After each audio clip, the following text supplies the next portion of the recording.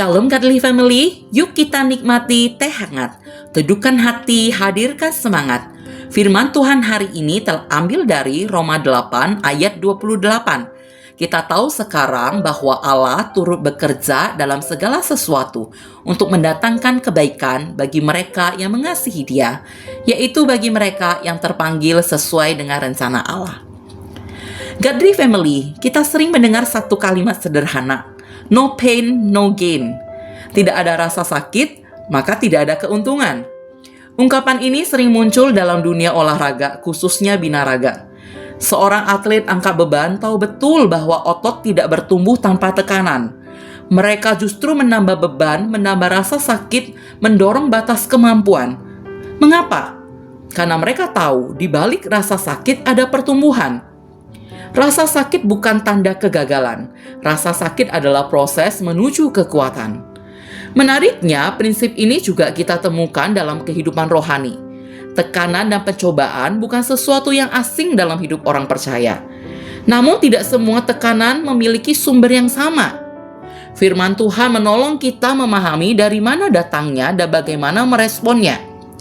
Pertama, ada tekanan yang muncul karena kesalahan kita sendiri. Alkitab jelas berkata, apa yang ditabur orang, itulah yang akan dituainya. Ketika kita sembrono, ketika kita bermain-main dengan dosa, ketika kita membuat keputusan tanpa hikmat, konsekuensinya nyata. Tidak belajar bisa berujung nilai buruk. Perkataan yang tidak bijak bisa membawa masalah besar.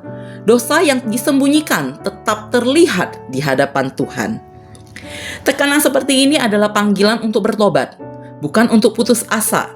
Di dalam Injil ada pengampunan dan pemulihan bagi yang datang dengan hati yang hancur di hadapan Tuhan. Kedua, ada tekanan yang datang karena orang lain. Kita hidup benar tetapi tidak disukai. Kita jujur tetapi disingkirkan. Kita sungguh-sungguh mengikut Kristus tetapi justru diejek. Yesus sendiri sudah mengingatkan dalam Yohanes 15 ayat 20 bahwa jika dunia membenci Dia, dunia juga akan membenci pengikutnya. Tekanan jenis ini bukan tanda kegagalan iman, melainkan bagian dari kesetiaan. Tuhan melihat setiap air mata dan kesetiaan yang tersembunyi. Yang ketiga, ada tekanan yang kita tidak pahami penyebabnya, seperti yang dialami Ayub. Ia tidak diberi penjelasan ketika kehilangan segalanya. Namun pada akhirnya ia menyadari kebesaran dan kedaulatan Tuhan. Dalam Ayub 42 ayat 2 ia berkata, "Aku tahu bahwa Engkau sanggup melakukan segala sesuatu." Ada penderitaan yang melampaui logika kita, tetapi tidak pernah melampaui kendali dan penyertaan Tuhan. Lalu di mana Injil dalam semua ini? Injil mengingatkan kita bahwa Yesus Kristus sendiri masuk ke dalam penderitaan. Ia mengalami tekanan berdosa di kayu salib.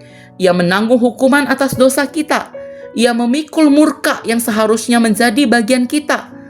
Itu adalah pain terbesar dalam sejarah manusia. Tetapi melalui penderitaannya lahirlah gain terbesar, keselamatan dan hidup kekal bagi kita. Karena Kristus sudah menanggung hukuman dosa, maka tekanan yang kita alami hari ini bukan lagi hukuman kekal. Ia menjadi alat pembentukan. Dalam Roma 8 ayat 28, kita diyakinkan bahwa Allah turut bekerja dalam segala sesuatu untuk mendatangkan kebaikan bagi mereka yang mengasihi Dia. No pain, no gain, itu benar dalam olahraga.